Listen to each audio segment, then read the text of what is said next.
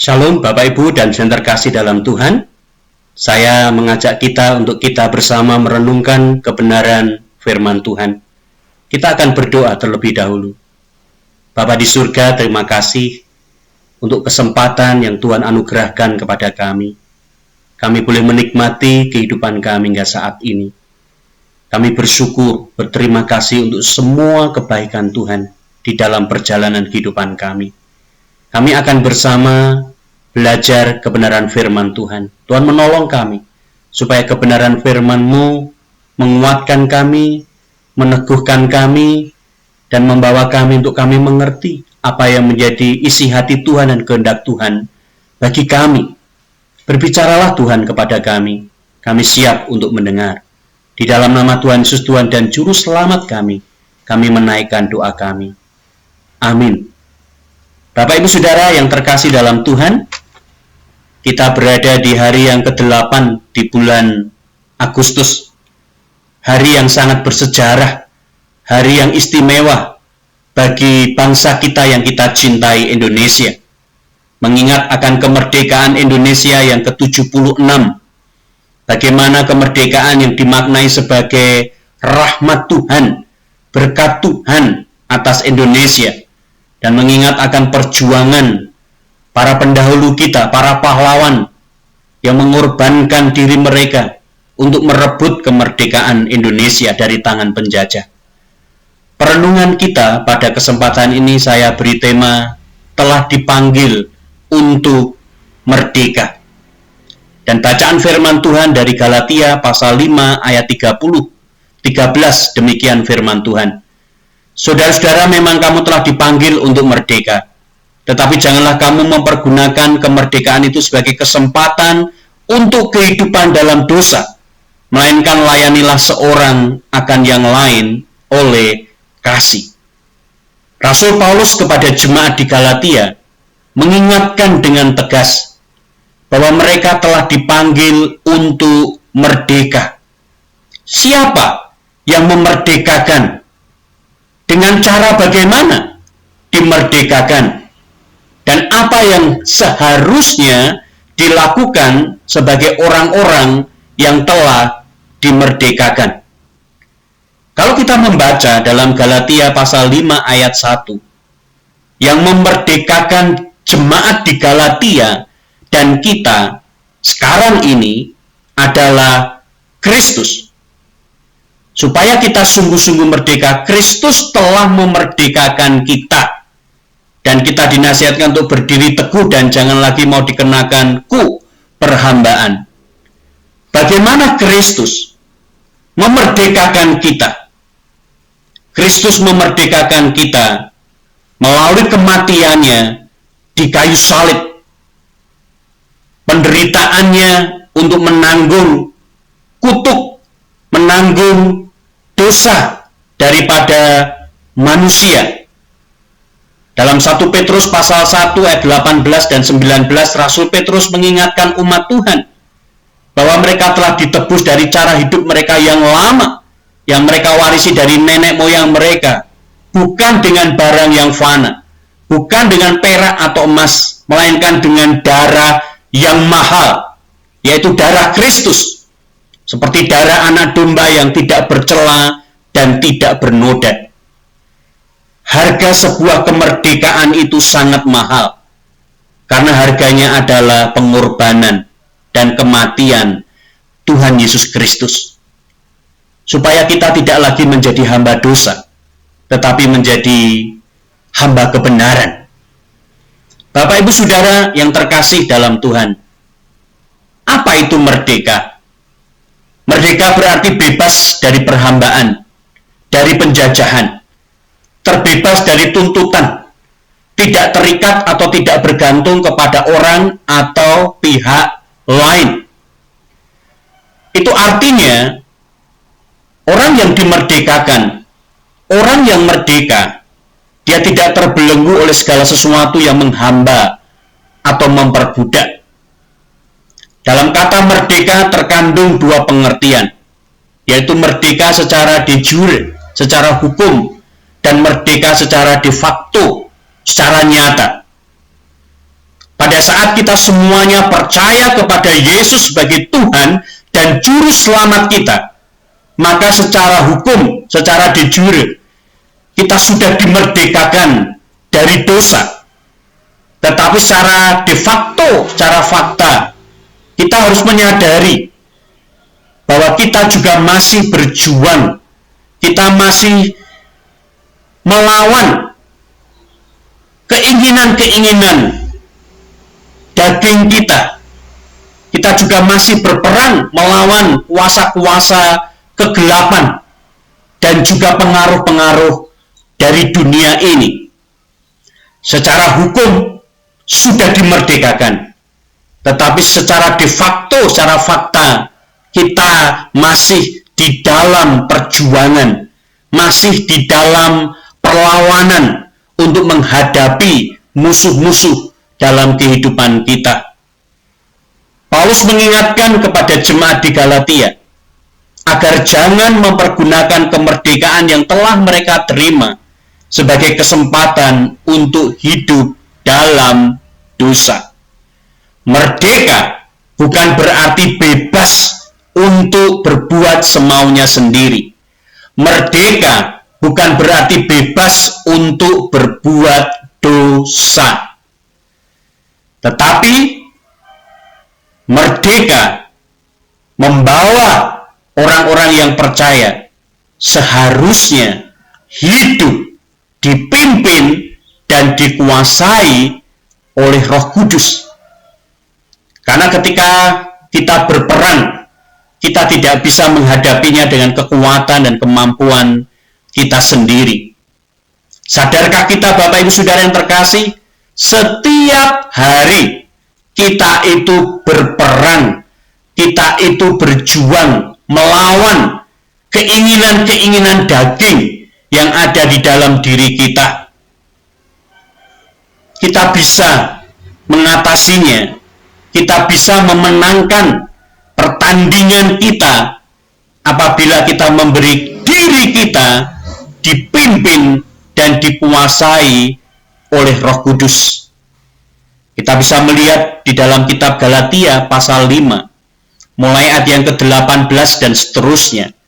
Paulus mengingatkan bahwa di dalam diri kita sebagai orang-orang yang percaya kepada Kristus itu ada perjuangan, ada peperangan antara menuruti keinginan daging atau menuruti keinginan roh.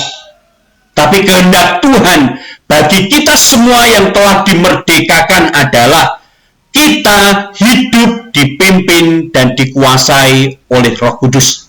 Maka kita tidak akan menuruti keinginan daging. Tidak mudah. Setiap hari, setiap saat kita bergumul dengan keinginan-keinginan yang ada dalam diri kita sendiri.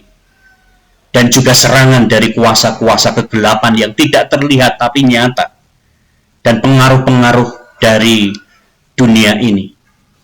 Bapak Ibu Saudara yang terkasih dalam Tuhan, dalam kesempatan ini saya mengingatkan kita semuanya bahwa kita telah dipanggil untuk merdeka.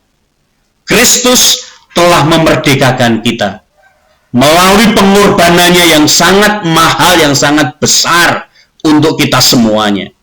Dan jangan kita mempergunakan kemerdekaan yang kita terima itu untuk hidup di dalam dosa. Kiranya kita hidup di dalam kebenaran.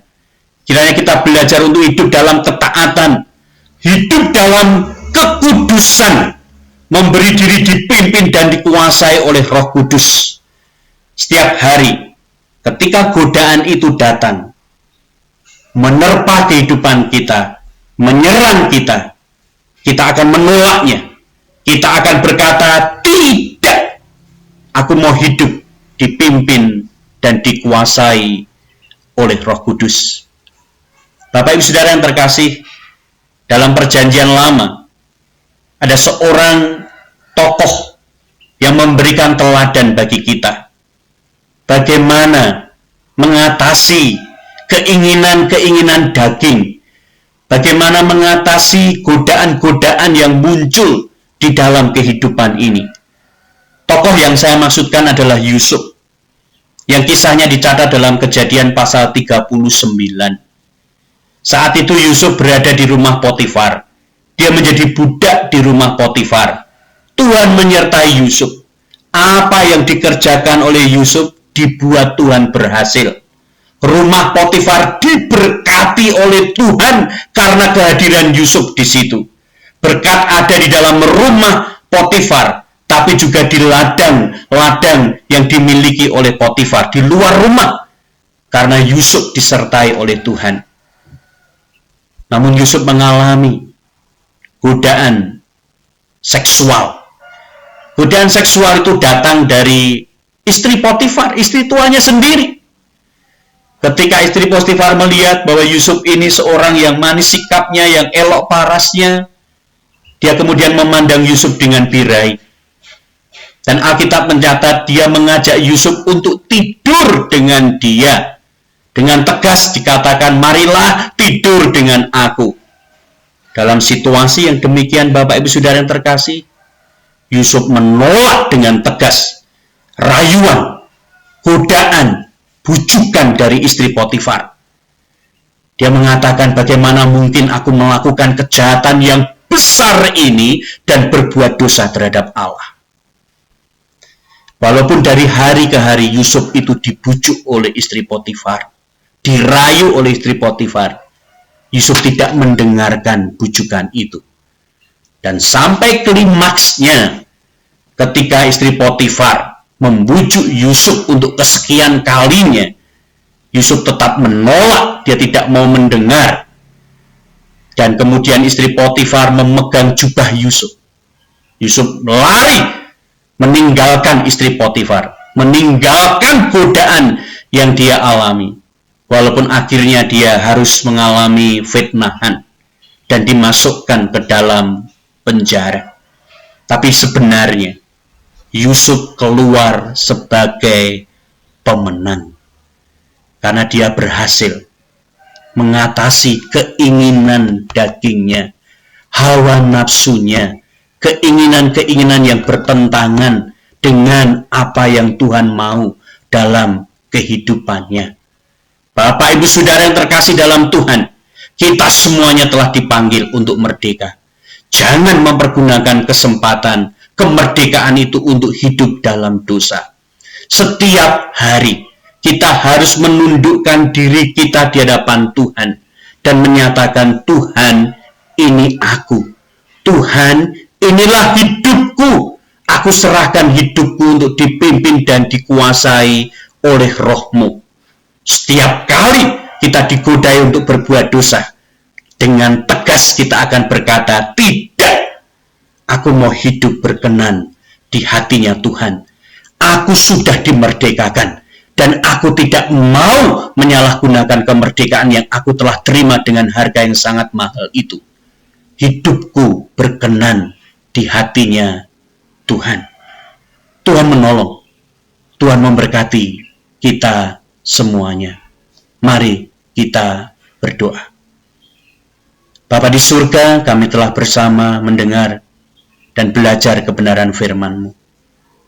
Melalui apa yang disampaikan oleh Rasul Paulus kepada jemaat di Galatia, bahwa kami telah dipanggil untuk merdeka. Kristus telah memerdekakan kami melalui kematian di kayu salib, membayar lunas pelanggaran dan dosa-dosa kami. Kami telah ditebus dengan darah yang mahal. Dan kami diingatkan agar kami tidak mempergunakan kesempatan kemerdekaan yang kami terima itu untuk berbuat dosa. Dan tolonglah kami Tuhan, hari demi hari, kami memberi diri kami dipimpin dan dikuasai oleh Roh Kudus. Kami berani berkata tidak kepada keinginan-keinginan daging, kepada godaan-godaan, kepada bujuk rayu yang datang menerpa hidup kami. Kami belajar untuk mempergunakan kesempatan kemerdekaan kami dengan sebaik-baiknya. Untuk hidup di dalam kebenaran, hidup di dalam ketaatan, hidup di dalam kekudusan. Sehingga kami berkenan selalu di hatinya Tuhan. Terima kasih Tuhan. Tuhan memberkati kami semuanya. Dengan berkat secara jasmani, dengan berkat secara rohani. Kami selalu ada di dalam hadirat Tuhan, ada di dalam penyertaan Tuhan. Kami juga berdoa untuk bangsa Indonesia yang kami cintai, yang di tahun ini merayakan ulang tahun yang ke-76. Kemerdekaan yang telah Tuhan anugerahkan, mengingat para pendahulu kami, para pahlawan yang berjuang untuk merebut kemerdekaan dari tangan penjajah. Berkatilah Indonesia. Berkatilah Indonesia. Lawatlah Indonesia. Pulihkanlah Indonesia yang kami cintai. Terutama upaya presiden kami, para pemimpin negeri kami, untuk bisa keluar dari pandemi. Setiap upaya yang dilakukan ada dalam pengurapan Tuhan. Semuanya mendatangkan kebaikan bagi masyarakat Indonesia. Indonesia dilawat oleh Tuhan. Bahkan melalui pandemi ini banyak orang datang kepada pengenalan kepada Yesus Kristus yang adalah Tuhan dan Juru Selamat. Bapak Ibu Saudara yang terkasih dalam Tuhan, Tuhan memberkati kita dan melindungi kita. Tuhan menyinari kita dengan wajah-Nya dan memberi kita kasih karunia. Tuhan menghadapkan wajah-Nya kepada kita dan memberi kita damai sejahtera. Kita mengakhiri ibadah kita berdoa sebagaimana Yesus ajarkan dalam doa Bapa kami. Bapa kami yang di surga, dikuduskanlah namamu. Datanglah kerajaan-Mu, jadilah kehendak-Mu di bumi seperti di surga. Berikanlah kami pada hari ini makanan kami yang secukupnya. Dan ampunilah kami akan kesalahan kami, seperti kami juga mengampuni orang yang bersalah kepada kami. Dan jangan membawa kami dalam pencobaan, tapi lepaskanlah kami daripada yang jahat. Karena Engkau yang punya kerajaan dan kuasa dan kemuliaan sampai selama-lamanya. Amin. Bapak Ibu yang terkasih dalam Tuhan, sehat, kuat, semangat. Dan mengingat bahwa kita semuanya telah dimerdekakan oleh Tuhan kita, Yesus Kristus. Amin.